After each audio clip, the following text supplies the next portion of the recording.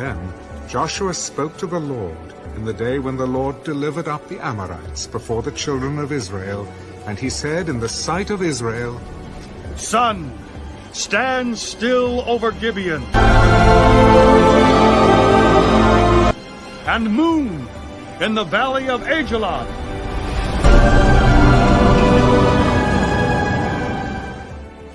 So the sun stood still, and the moon stopped, till the people had revenge upon their enemies. Is this not written in the book of Jasher? So the sun stood still in the midst of heaven, and did not hasten to go down for about a whole day. And there has been no day like that, before it or after it, that the Lord heeded the voice of a man.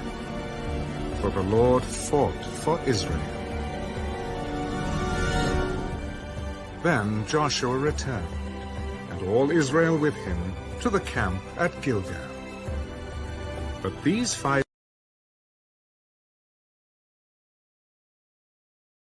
सल्लल्लाहु अलैहि वसल्लम ने अल्लाह ताला से दुआ मांगी और चांद की तरफ उंगली से इशारा किया और इसी वक्त चांद के फटकर 2 टुकड़े हो गए। हत्ता के लोगों ने हीरा पहाड़ को इसके दरमियान देखा और इसका एक टुकड़ा जबले अबू कुतैस पहाड़ और एक टुकड़ा जबले की कान के ऊपर मौजूद था। इब्ने मसूद रज़ी अल्लाह तआला अन्हु फरमाते हैं कि सब लोगों ने इसे बखूबी देखा, जो कि असर और मगरिब के वक्त तक मौजूद रहा। लोग इसे हैरत से देखते रहे। इसके बाद आप सल्लल्लाहु अलैहि वसल्लम ने इन लोगों को फरमाया था कि देखो, याद रखना और गवाह रहना। जिसके बाद आपने अपनी उंगली से दोबारा चांद की तरफ इशारा किया और वो देखते ही देखते पहले की तरह मिल गया। तो हमने देखा कि कैसे ईसाई और मुसलमान दावा करते हैं कि सबसे पहला जो ग्रहण का उल्लेख है वह बाइबल और कुरान में है। अब नया नगर यूनिवर्सिटी के एक प्रोफेसर है रिजवाना इम्तियाज अहमद बार्न्स, वो कहती हैं कि सुमेरिया के लोगों ने 3 मई 1375 बिफोर क्राइस्ट और 400 बिफोर क्राइस्ट में सबसे पहले ग्रहण का उल्लेख किया है। और ग्रहण का उल्लेख ईसाई, यहूदी, मुसलमान, चीनी और मेसोपोटेमियंस नहीं किया है, हिंदुओं नहीं। हिंदुओं ने तो सिर्फ यह कहते गए कि एक राक्षस ने सूर्य और चांद को हजम कर लिया। अब जोशुआ 10.12 में लिखा है कि जोशुआ ने एक ही दिन सूर्य और चांद को रोक दिया था। और आजकल के जो वैज्ञानिक हैं उन्होंने ढूंढ निकाला कि 30 अक्टूबर 1207 बिफोर क्राइस्ट में एक ही दिन सूर्य और चंद्र ग्रहण हुआ था। तो क्या हिंदुओं में सूर्य ग्रहण, चंद्र ग्रहण का वैज्ञानिक अर्थ मालूम नहीं था? क्या उनके धर्म शास्त्रों में सूर्य ग्रहण, चंद्र ग्रहण का उल्लेख नहीं है? क्या हमारे धर्म शास्त्रों में से भी पहले ईसाइयों और यहूदियों के ग्रंथों में सूर्य ग्रहण और चंद्र ग्रहण है? आज हम इन्हीं सब चीजों का खुलासा करेंगे और देखेंगे कि क्या हमारे शास्त्रों में सुमेरियंस, मेसोपोटेमियंस, बेबीलोनियंस, यहूदी, मुसलमान, राइस बैग्स, इन सब से और चीनी, इन सब से भी पहले, एस्टेक्स, इनकास, माया से भी पहले सूर्य ग्रहण और चंद्र ग्रहण था कि नहीं था? ओम हनुमते नमः।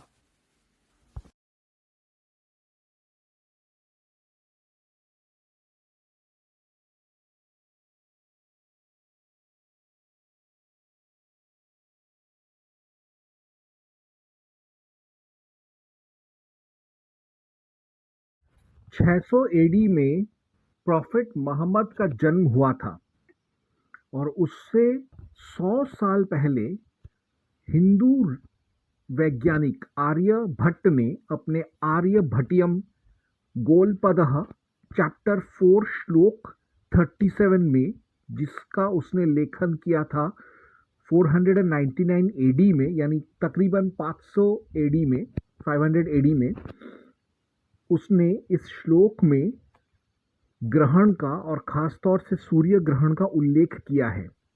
तो श्लोक कुछ ऐसे है: चंद्रो जलम अर्को ग्निर्मृद भूष छायापि या तमस्तद्धि छायादयति शशि सूर्यम शशिनम महति छा भुच छाया। अर्थात moon is of water, sun is of fire, earth is of soil and its shadow is of darkness. The moon covers the sun and the great shadow of the earth covers moon. अर्थात जब सूर्य चंद्र को ढक देता है तो सूर्य ग्रहण होता है, और जब पृथ्वी चंद्र को ढक देता है तो चंद्र ग्रहण होता है। यानी इस्लाम के जन्म से कम 100 साल पहले ही हिंदुओं को चंद्र ग्रहण, सूर्य ग्रहण, दो तरह के ग्रहणों का ज्ञान था। अब हम देखेंगे कि ग्रहण के बारे में वेदों में क्या कहा गया है, और हम ये समझेंगे कि ग्रहण विद्या का जड़ हिंदू समाज में वेदों से है। ओम हनुमते नमः। सूर्य सिद्धांत के 6ठे अध्याय में तकरीबन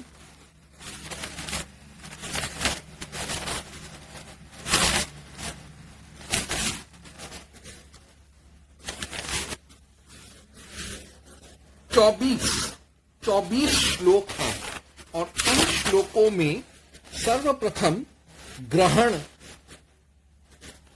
को समझाया गया है एक यंत्र के द्वारा। जैसे फिजिक्स क्लास में डिवाइसेस और ऑब्जेक्ट्स के द्वारा किसी कंसेप्ट को सिखाया जाता है, बताया जाता है, वैसे ही। और फिर बाद में इसी में ग्रहण के समय चंद्र ग्रहण, सूर्य ग्रहण कैसे होता है ये समझाने के बाद चंद्र ग्रहण, सूर्य ग्रहण में क्या क्या ज्योतिष के उपाय करने चाहिए उनका इसमें विवरण दिया हुआ है। अब इतना पढ़ने का समय नहीं है, सूर्य सिद्धांत को पढ़ने का समय नहीं है, परंतु ग्रहण का उल्लेख सूर्य सिद्धांत में बिल्कुल है। अब सूर्य सिद्धांत जो है 300 बिफोर क्राइस्ट से लेके 300 एडी तक लिखा गया है। तो अब हम देखते हैं कि क्या दूसरे ग्रंथों में भी या हिंदू धर्म के दूसरे वैज्ञानिक ग्रंथों में भी सूर्य ग्रहण का उल्लेख है, चंद्र ग्रहण का उल्लेख है। बिल्कुल है, और वह उल्लेख है आर्यभट्ट के आर्यभट्टियम में। ओम हनुमते नमः। बाइबल और कुरान से भी पहले हमारे हिंदू धर्म ग्रंथों में सर्वप्रथम ग्रंथ आदि वाल्मीकि रामायण में ग्रहण का, खासतौर से सूर्य ग्रहण का उल्लेख है। तो इसके लिए हम पढ़ेंगे आदि वाल्मीकि रामायण अरण्य कांड 3.23.3 11 to 12 पढ़ते हैं। श्लोक कुछ ऐसे है। श्यामं रुधिर पर्यंतं बभूव परिवेशणम अलात चक्र प्रतिमं प्रतिगृह्य दिवाकरम। सूर्यमंडल के चारों ओर अलात चक्र के समान गोलाकार घेरा दिखाई देने लगा, जिसका रंग काला और किनारे का रंग लाल था। यहां पर पूर्ण चंद्र ग्रहण का उल्लेख मिलता है। आगे और भी है। कबंदः परिघा भासो दृश्यते भास्करांतिके जग्राह सूर्यं स्वर भानुर पर्वणि महाग्रह प्रवाति मारुतः शीघ्रं निष्प्रभो भूत दिवाकरः। सूर्य के निकट परिघ के समान कबंद, सिर कटा हुआ धड़ दिखाई देने लगा। महान ग्रह राहु अमावास्या के बिना ही सूर्य को ग्रसने लगा। हवा तीव्र गति से चलने लगी एवं सूर्यदेव की प्रभा फीकी पड़ गई। तो यहां इन 3 श्लोकों में आदि वाल्मीकि रामायण में महर्षि वाल्मीकि ने पूर्ण चंद्र ग्रहण का, पूर्ण सूर्य ग्रहण का उल्लेख किया है बाइबल और कुरान से भी पहले। ओम हनुमते नमः। अब हम आगे और पढ़ेंगे कि रामायण से भी पहले, यानी रामायण हुआ था 5000 बिफोर क्राइस्ट में, उससे भी पहले तकरीबन 5-6 हजार साल पहले ऋग्वेद के अंदर हमको पूर्ण सूर्य ग्रहण का उल्लेख मिलता है। ओम हनुमते नमः। अब हम वाल्मीकि आदि रामायण 4.15.3 पढ़ेंगे। जिसमें बाली के मृत्यु के दिन एक सूर्य ग्रहण का उल्लेख मिलता है, जिसे अपशगुन मानती है तारा। तो श्लोक कुछ ऐसे है, ततो रोष परितांगे वाली स कनक प्रभः उपरक्त इवादित्य सद्यो निष्प्रभतांग गतः। फिर तो सुवर्ण के समान पीले रंग वाले वाली का सारा शरीर क्रोध से तमतमा उठा। वह राहुग्रस्त सूर्य के समान तत्काल श्रीहीन दिखाई देने लगा। यानी जिस समय बाली का मृत्यु काल जिस दिन आया था, उस दिन एक सूर्य ग्रहण हुआ था, और जैसे उस सूर्य ग्रहण के समय सूर्य तेजहीन हो गया था, वैसे वे भी यानी बाली भी श्रीहीन और प्रभावहीन दिखने लगा था। हालांकि वो बहुत गुस्से में था तब भी। तो ये मैंने एक और प्रमाण दिखाया है आदि वाल्मीकि रामायण से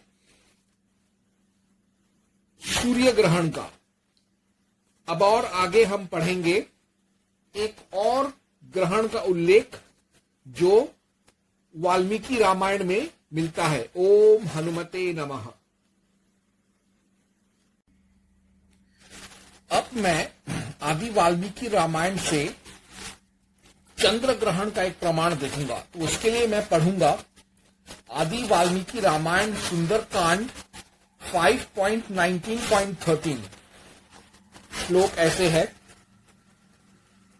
पौर्णमासीव मीव निशांग तमोग्रस्तेन नंदु मंडलाम पद्मिनी मीव विध्वस्तांग हतशूरांग चमूमिव। अर्थात वे क्षीण हुई विशाल कीर्ति, तिरस्कृत हुई श्रद्धा, वे यहां यानी सीता, सर्वथा ह्लास को प्राप्त हुई बुद्धि, टूटी हुई आशा, नष्ट हुए भविष्य, उल्लंघित हुई राजाज्ञा, उत्पात काल में दहकती हुई दिशा, नष्ट हुई देव पूजा, चंद्र ग्रहण से मलिन हुई पूर्णमासी की रात, तुषारपात से जीर्ण शीर्ण हुई कमलिनी, जिसका शूरवीर सेनापति मारा गया हो ऐसी सेना, अंधकार से नष्ट हुई प्रभा, सूखती हुई सरिता, अपवित्र प्राणियों के स्पर्श से अशुद्ध हुई वेदी और बुझी हुई अग्निशिखा के समान प्रतीत होती थी। यहां पर सीता को चंद्र ग्रहण से ग्रसित हुई पूर्णमासी की रात के साथ तुलना किया गया है। कुछ ज्योतिषीय कहते हैं कि यह वह समय है जब हनुमान सीता से पहली बार मिले अशोक वाटिका में, और उस समय चंद्र ग्रहण हुआ था।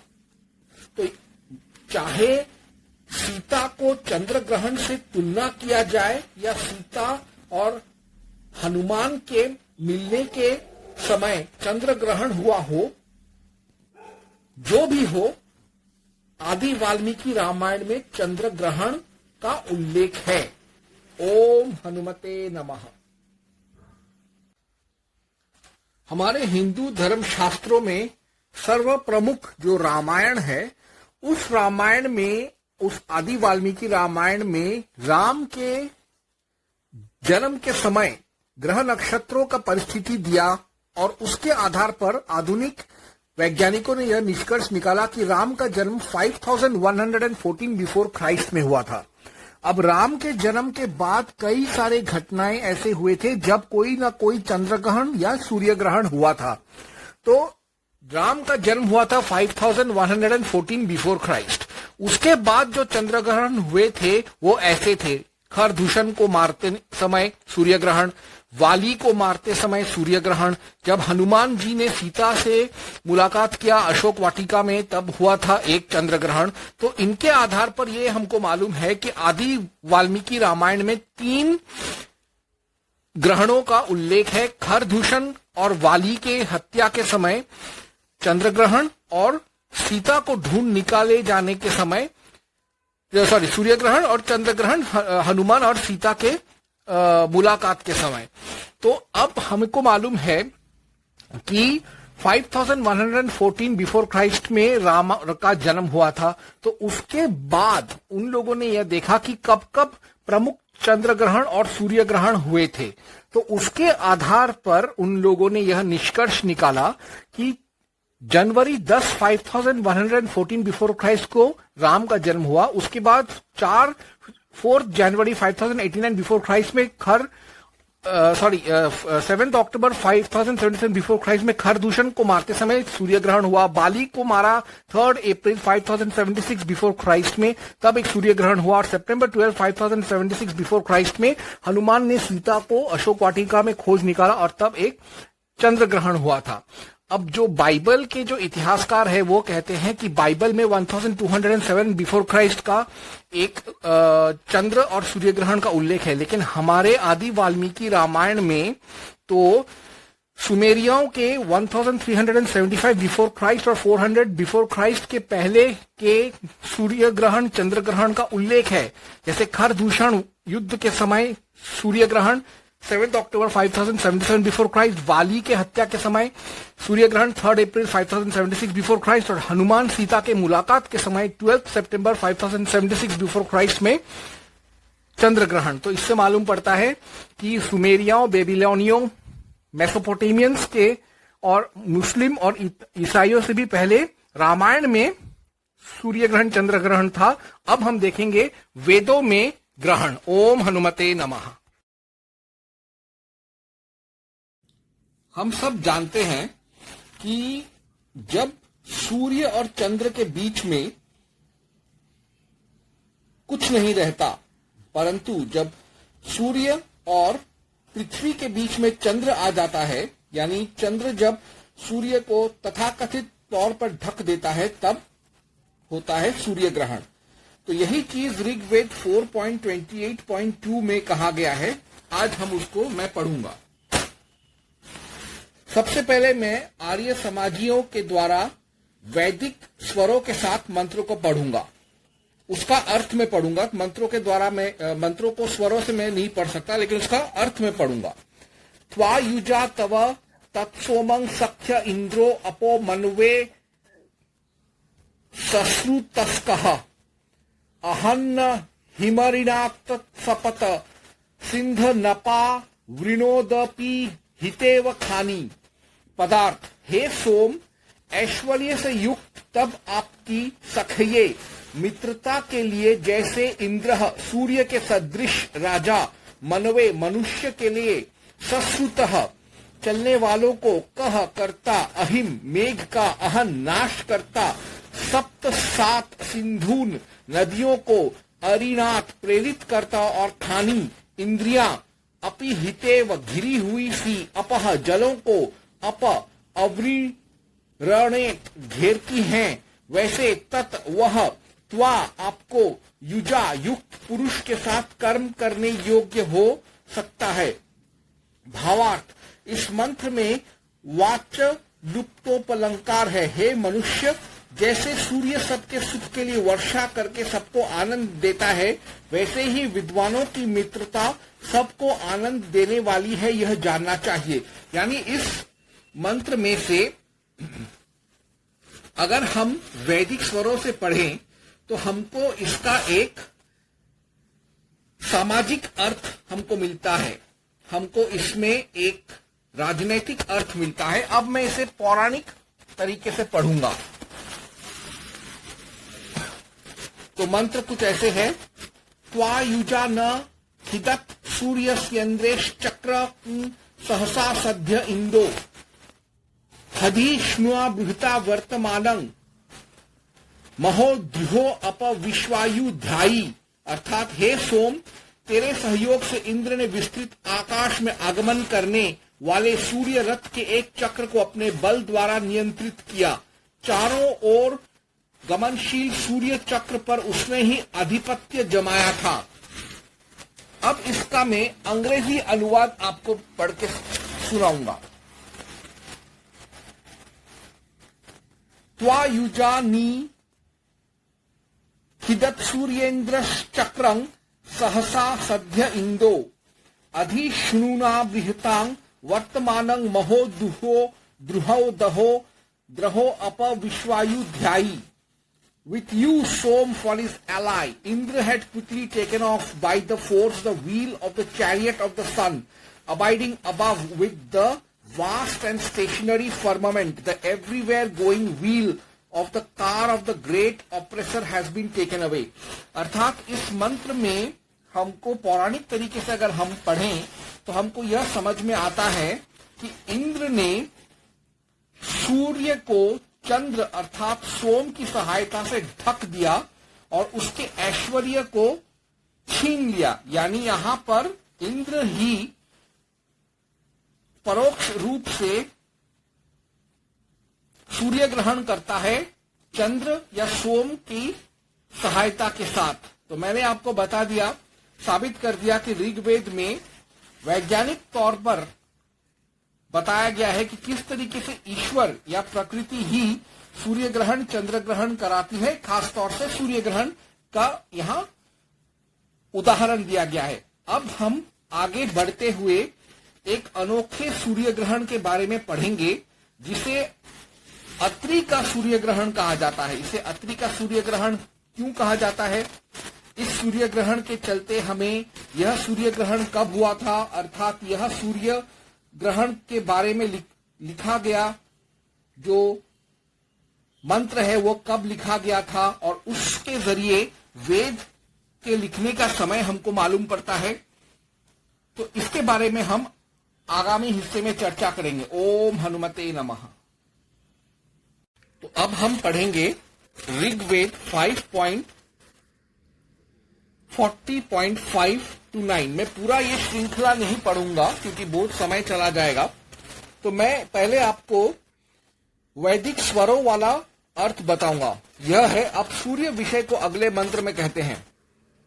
यत्वा सूर्य स्वर भानुस्त मसा विद्य दासुरः अक्षेत्र विद्यथांग मुग्धो भुवनानंद नन्यदी धयु. पदार्थ. हे सूर्य, सूर्य के सदृश वर्तमान, यथा जैसे अक्षेत्रवित, क्षेत्र अर्थात रेखा गणित को नहीं जानने वाला, मुग्धः मूर्ख कुछ भी नहीं कर सकता है, वैसे यत जो स्वर भानु सूर्य से प्रकाशित होने वाला बिजली रूप, आसुरः जिसका प्रकट रूप नहीं, वह तमसा रात्रि के अंधकार से अविद्यत युक्त होता है. जिस सूर्य से भुवनानी लोक अधिधयु देखे जाते हैं, उसके जानने वाले त्वा आपका हम लोग आश्रयण करें. इस वैदिक मंत्र को अगर हम वैदिक स्वरों से पढ़े तो इसमें एक राजनीतिक अर्थ छुपा हुआ है जो ऐसे है. भावार्थ. इस मंत्र में उपमालंकार है. हे मनुष्यों, जैसे बिजली गुप्त हुई अंधकार में नहीं प्रकाशित होती है, वैसे ही विद्या रहित मूर्ख जन का आत्मा नहीं प्रकाशित होता है. और जैसे सूर्य के प्रकाश से संपूर्ण लोक प्रकाशित होते हैं, वैसे ही विद्वान का आत्मा संपूर्ण सत्य और असत्य व्यवहारों को प्रकाशित करता है. लेकिन आप इस मंत्र में भी इन शब्द समूहों को देखिए. स्वर भानु सूर्य से प्रकाशित होने वाला, बिजुली रूप आसुर जिसका प्रकट रूप नहीं है, वह तमसा रात्रि के अंधकार से अविद्युत युक्त होता है. जिस सूर्य से लोग देखे जाते हैं उसके जानने वाले आपका हम लोग आश्रय करें. यहां देखिए, सूर्य से प्रकाशित होने वाला बिजुली रूप आसुर, यानी सूर्य से प्रकाशित होने वाला चांद या चंद्र को आसुर कहा गया क्योंकि देवता को भी आसुर कहते थे पहले. सूर्य से प्रकाशित होने वाला आसुर अर्थात चंद्र का जो प्रकट रूप नहीं है, यानी जो उसका जो छाया है, उसकी वजह से ही सूर्य ग्रहण होता है. और हम जानते हैं कि जब सूर्य को ढक लेता है चंद्र का साया या चांद, तब सूर्य ग्रहण होता है. तो यह प्रमाणित किया मैंने ऋग्वेद 5.40.5 में.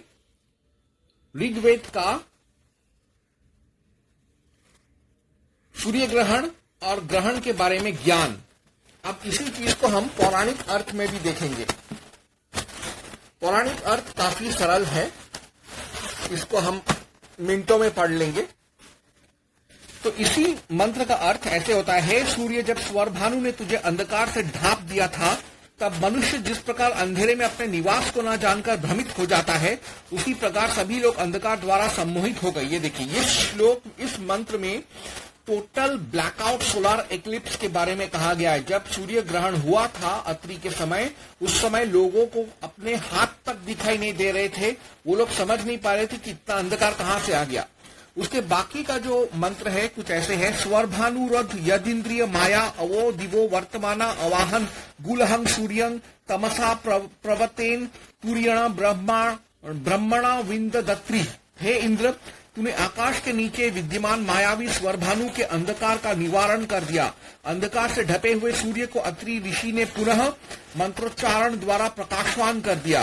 मां मामिमं तव संतमत्र इरस्या द्रुग्धोभ्यसा निगारीत त्वं मित्रो असि सत्या राधास्तो मेहावतं वरुणश्च राजा। सूर्य ने कहा, हे अग्नि, तू सत्य का पालन करने वाला मित्र के समान है। तू वरुण के साथ मिलकर हमारा संरक्षण करे। तेरे रहते भय उत्पन्न करने वाला अंधकार हमें निगल न सके। ग्रावणो ब्रह्मा युयुजानः सपर्यन् किरीणा देवान् नमा सोप पशी क्षण अत्रि सूर्यस्य दिवि चक्षुराधात स्वर्भानोरप माया अघुक्षत। पाषाणों से कूटकर अत्रि ने इंद्र के निमित्त सोम को सिद्ध किया। देवताओं का स्तोत्रों द्वारा यजन कर हव्यों अर्पित कर उन्हें तृप्त किया। उसने स्वरभानु की माया का शमन करने के निमित्त सूर्य को उपदेश देकर आकाश में उसके चक्षु को स्थित किया। अर्थात यह सूर्य ग्रहण जो अत्रि के समय हुआ था, वो काफी लंबा चौड़ा समय तक हुआ था। आमतौर पर सूर्य ग्रहण 8 मिनट के लिए होता है, लेकिन ये शायद 8 मिनट से ज्यादा समय के लिए हुआ था, जिस समय में इतना समय गुजर गया कि लोग भयभीत हो गए। और इतना समय काफी था अत्रि और उसके शिष्यों और वंशजों के लिए कि वो पूजा अर्चना कर सके।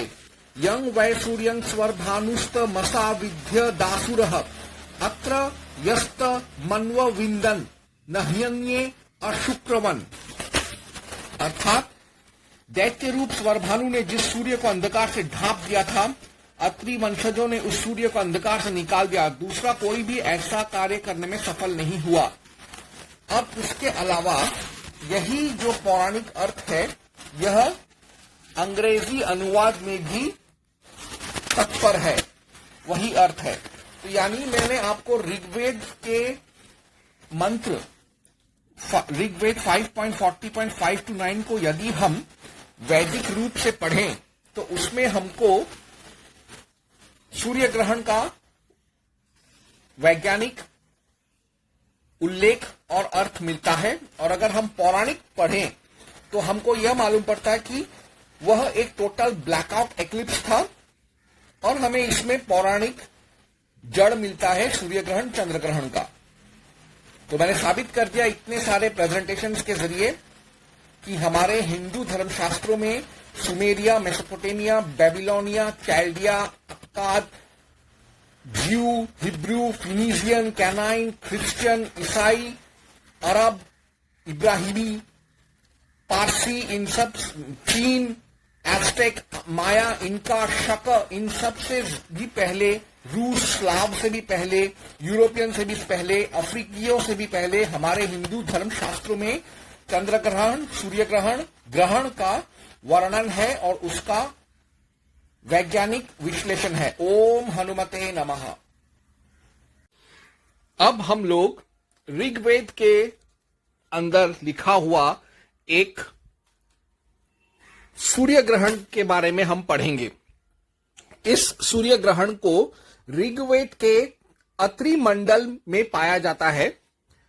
अत्रि मंडल अर्थात वह ऋग्वेद का वह हिस्सा जिसमें अत्रि और उसके ऐत्रेय कुल के लोगों ने लिखा है। तो इसमें एक टोटल ब्लैकआउट सोलर एक्लिप्स का उल्लेख मिलता है।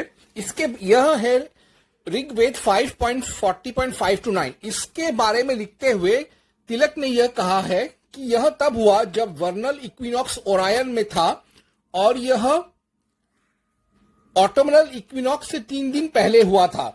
तो इसके आधार पर आज के वैज्ञानिकों ने यह देखा कि ऐसा एक total solar eclipse blackout 22nd October 4202 before Christ, July 25 3928 before Christ, Brahma summer solstice से एक दिन पहले, और 19th October 3811 बिफोर क्राइस्ट में हुआ था।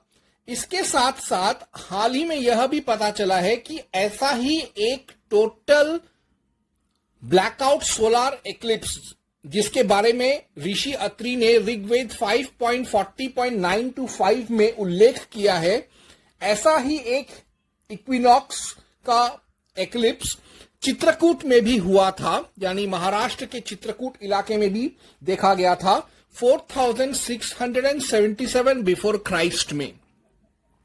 अब अत्रि जो थे वह एक बहुत बड़े ज्ञानी थे, वो ज्योतिषाचार्य भी थे, और उन्होंने ऋग्वेद में कई मंत्र लिखे हैं अग्नि, इंद्र और दूसरे वैदिक देवताओं के लिए। उन्होंने सोलार एक्लिप्स के ऊपर इसलिए लिखा क्योंकि यह घटना उस जमाने का सबसे महत्वपूर्ण और डरावना घटना था। प्राकृतिक विपदा की तरह देखने लगे थे लोग।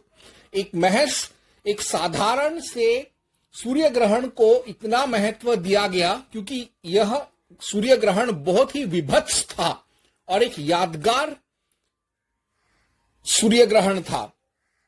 इसीलिए अत्रि ने इसके बारे में लिखा है। इसके बारे में लिखते हुए अत्रि कहते हैं कि स्वर भानु अर्थात राहु, जिसे वह स्वर भानु असुर भी कहते हैं, उसने यह पूर्ण सूर्य ग्रहण को किया। अत्रि कहते हैं कि दिन दहाड़े अचानक एक दिन सूर्य जो था पूरी तरीके से विलुप्त हो गया, अर्थात अंधेरे में छा गया, पूरा दिन रात्रि में तब्दील हो गया, जैसे कि वह उस स्वरभानु असुर के मायाजाल, उसके तंत्र मंत्र के प्रभाव में सूर्य निष्क्रिय हो गया हो। यह सोलार एक्लिप्स इतना इंटेंस था, इतना टोटल था, इतना ब्लैकआउट था कि सारे तारागण, सारे दूसरे नवग्रह, सारे नक्षत्र दिखाई देने लग गए। पूरे पृथ्वी पर सारे मनुष्य और सारे जीव जंतु, यहां तक कि देवता भी भयभीत हो गए कि यह क्या हो गया, कहीं यह सोलार एक्लिप्स जो है, सूर्य ग्रहण जो है, कहीं सूर्य को समाप्त ही न कर दे और विश्व ही समाप्त न हो जाए। तब अत्रि ने ईश्वर को प्रार्थना किया और तब सोलार एक्लिप्स चला गया। सोलार एक्लिप्स गया तो अपने समय के हिसाब से, लेकिन चूंकि वह सोलार एक्लिप्स कुछ ज्यादा ही लंबा हुआ होगा, इसीलिए अत्रि ने जब यज्ञ किया या पूजा पाठ किया या मंत्रोच्चारण किया, तो जब वो सूर्य ग्रहण हट गया तो सब लोगों ने अत्रि के वाह दिया और कहा कि आपके मंत्र शक्ति की वजह से ही सूर्य जीवित हुआ और स्वरभानु हार गया।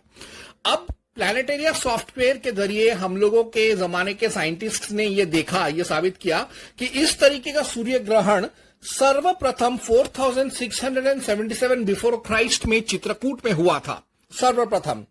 उसके बाद ऐसा सूर्य ग्रहण फिर हुआ, लेकिन लगभग 1000 साल या उससे भी कम समय के बाद, समझ लीजिए 22 अक्टूबर 4002 बिफोर क्राइस्ट में, जब वर्नल इक्विनॉक्स ओरायन में था और ऑटमनल इक्विनॉक्स से ठीक 3 दिन पहले मध्य एशिया, सेंट्रल एशिया, जो कि वैदिक आर्यों का ही एक गढ़ था, वहां पर हुआ था। और तीसरी बार यह हुआ था जुलाई 25 3928 बिफोर क्राइस्ट में, अर्थात ब्रह्मा समर सॉलिस्टिस से एक दिन पहले।